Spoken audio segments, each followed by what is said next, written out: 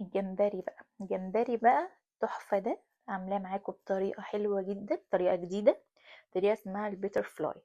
عملته بطريقتين، عملت صينية وعملت الطاسة. بصوا بقى، اول حاجة هجيب الجمبري بتاعي، هغسله حلو جدا، نضفه كده حلو، وهشيل منه الكيس الرملي. بعد ما اشيل الكيس الرملي هبتدي اجيب بالمقص افتحه كده لغاية الاخر، افتحه حلو، وهكمل بالسكينة علشان اكمل الفتحة بتاعته لغاية الاخر زي ما انتم شايفين كده، يبقى مفتوح كده شبه الكتاب بالظبط. تمام. طبعا لازم نشيل الكيس الرملي. هدخل بقى على اول حاجة الخلطة بتاعتي. الاول معايا كوباية من البرتقال، ومعايا توم مفروم، وكزبرة ناشفة، بابريكا، كمون، ملح، فلفل، ومعايا طبعا ليمون، ومعايا شبت. تمام. هاخد بقى نص كوباية من البرتقال، وهسيب النص التاني هعمل بيه معاكم الصوص اللي هنحطه على الجمبري في الاخر.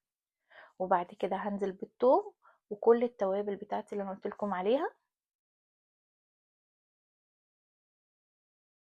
وهنزل بليمونة كبيرة.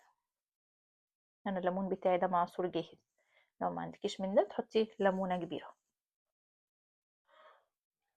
وبعد كده هنزل بشوية من الشبت. الخلطة دي تحفة تحفة، ريحتها حلوة جدا. هنقلب بقى كل ده كده حلو مع بعض كده حلو. هسيبه بقى دلوقتي على جنب. هبتدي معاكم الاول بالصينيه. هجيب الصينيه، هفرش بقى فيها الخضار. الخضار بقى ده براحتك اللي انت عايزه تحطيه. انا هحط فلفل الوان، وهحط فلفل اخضر واصفر، وهحط بصل، وهحط كمان طماطم، وفي كمان شرايح الليمون. بس انا شرايح الليمون دي هخليها في الاخر خالص، هفرشها على الوش. فاول حاجه هبتدي بقى ارص الخضار كده، رصه كده زي ما انتوا عايزين، عشوائي كده. اي خضار بقى انتوا حابينه، دي هنا بقى الحته دي بتاعتكم براحتكم. هنسيب بس الليمون في الاخر. بجد الوصفه دي تحفه جدا، هتعجبكم جدا، والصوص كمان اللي هنعمله كمان مع بعض اللي في الاخر هيعجبكم جدا جدا. طعمها خطير.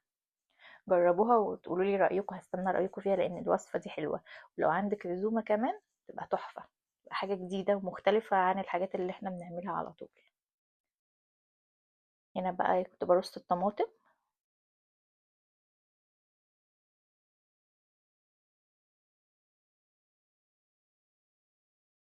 بعد كده بقى هجيب الجمبري وهرصه بقى كله في الصينيه.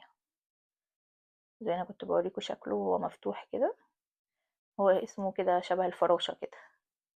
هبتدي بقى ارص الكمية كلها كده. انا هعمل شوية زي ما قلت لكم، هحط شوية هنا وشوية التانيين هسيبهم هعملهم معاكم بطريقة الطاسة.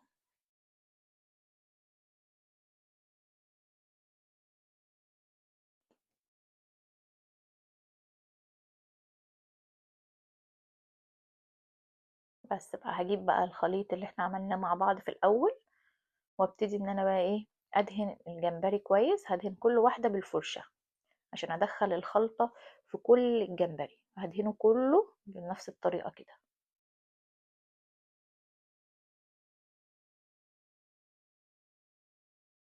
هنا بقى لما كنت خلصت الكمية كلها وعملت الخلط عليهم كويس، ونزلت بقى بايه بشرايح الليمون كلها كده رصصتها. وانا كنت مولعه الفرن عندي سخن، وهحط الجمبري مش بياخد وقت خالص زي ما احنا عارفين. بالظبط بالظبط اخد معايا في الفرن 15 دقيقه. ولو طبعا ما نزودش عليه السوا، لان الجمبري كل ما بيقعد كل ما يبقى مش حلو. مجرد ما بياخد لون بطلعه على طول. هنا بقى دخلته الفرن، وجبت بقى ايه، ده بقى بقيت الكميه اللي كانت عندي من الجمبري هعمله بقى اللي في الطاسه. فجبت بقيه التتبيله، نزلت بيها على الجمبري، وهبتدي ان انا اقلبه حلو كده كله في بعضه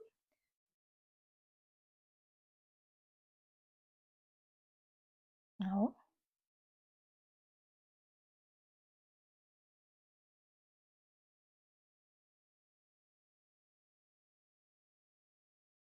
وطبعا عندي بقى الطاسه على النار وتكون سخنه، لازم تسخن حلو. وهنزل بمكعب من الزبده. خلاص. هنا كنت بحط حبه زيت عشان الزبده ما تتحرقش، ممكن نحط حبه زيت بسيطه كده مع مع الزبدة. نسيبها بس ايه الطاسة تسخن حلو كده والزبدة تسيح قبل ما انزل الجمبري عشان ما ايه يعمليش مية. بعد كده همسكه كده بصوا زي ما انتوا شايفين كده وانزله على بطنه الاول. خلاص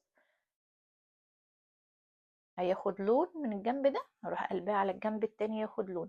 بالظبط بالظبط دقيقة على الجنب ده ودقيقة او دقيقتين مثلا على الجنب ده ودقيقتين على الجنب ده، مجرد بس ان هو ياخد لون كده حلو. اهو اقلبهم كده وبعدين احط ايه حبة حبة، يعني مش هينفع احط كلهم في الطاسة مرة واحدة. اخلص الحبة دول اطلع واعمل الكمية اللي وراها وهكذا. هنا بقى ادي شكله بعد ما خلص، خلصت بقية الكمية كلها بنفس الطريقة اللي وريتها لكم في نفس الطاسة بقى من غير ما اغسلها ولا اي حاجة. انا عايزة كل الحاجات اللي انا عاملاها دي. هنزل برضو بمكعب زبدة كبير وحبة من الزيت. هقلب كده حلو مع بعض. بص كل اللي في الطاسة ابتدى يطلع ازاي مع الزبدة، ده اللي هيدي طعم للصوص اللي احنا هنعمله. بعد كده هجيب معلقة من الثوم المفروم. هقلب بقى كله مع بعضه يا دوبك بس ابتدي اشم ريحة الثوم، مش هسيبه يتحمر خالص، يا دوبك بس نشم ريحته. اديله تقليبة كده حلوة. هنزل بقى بمعلقتين كبار من الدقيق، هو ده اللي هيربط الصوص بتاعي. واقلب كله تاني مع بعضه حلو.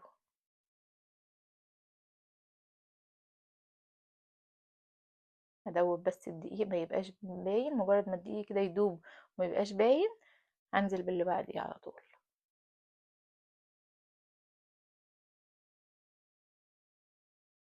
هنا بقى جبت ايه نص كوبايه البرتقال اللي احنا سيبناها في الاول، احنا استخدمنا نص في التتبيله والنص التاني نزلت بيه هنا على الايه على الثوم والزبده.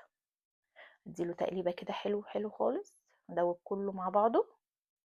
وبعدين هجيب بقى كوبايه من اللبن وانزل بيها برضه عليهم. اللبن بقى طبعا اذا لقينا ان الصوص تقيل ممكن نزود لبن، الصوص خفيف ممكن نزود، يعني نسيبها شويه على النار هو هيتقل. يعني طبعا بقى ايه براحتكم الحته دي بتاعتكم. قلب بقى حلو كده. وهجيب الايه الملح. لا ده الكزبره، حطيت شويه من الكزبره وحطيت شويه من جوز الطيب وشويه فلفل وطبعا ملح. هي دي بس اللي هحطه على الصوص، وملح طبعا. هقلب بقى برضو، اقلب كويس.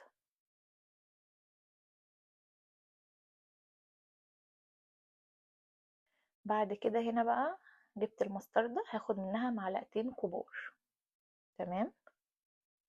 بتنقل بقى الصوص في حتة تانية خالص. جربوها اكيد اكيد متأكدة ان الوصفة دي هتعجبكم جدا. ومعلقتين كبار برضو من عسل النحل، يبقى معلقتين مستردة وقصادهم معلقتين من عسل النحل. انا كده يعتبر خلاص خلصت. هقلب بقى حلو. هنا بقى هسيبها بقى تاخد ايه غلوة، ومش عايزاه يبقى تقيل قوي، يعني يا دوبك غلوة بسيطة بس كده. وبعد ما ياخد الغلوة دي هنزل بقى بكريمة لباني، ودي اختياري بس هي بتعزز الطعم بتخلي الطعم حلو. هحط بقى الكريمة اللباني كده. واول لما احط الكريمة يا دوبك بالظبط غلبة واحدة ونقفل، يعني الكريمة اللباني متقعدش على النار كتير. بس كده. وبعدين طبعا هنا بقى ايه حطيت حبة شبت.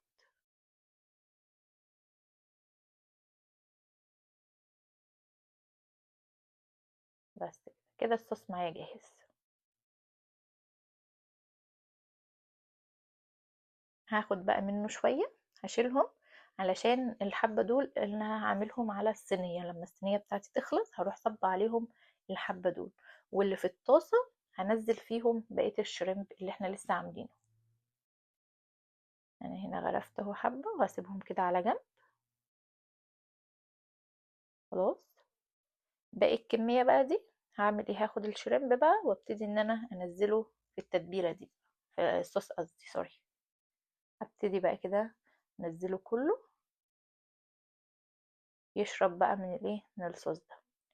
فهنا في الخطوة دي ممكن نديله غلوة على النار او ممكن لا برضه هو هيشرب من الطعم. هنا بقى كان خلاص اللي معايا في الفرن جاهز. اهو بصوا شكله. انا بقى كده هطلعه،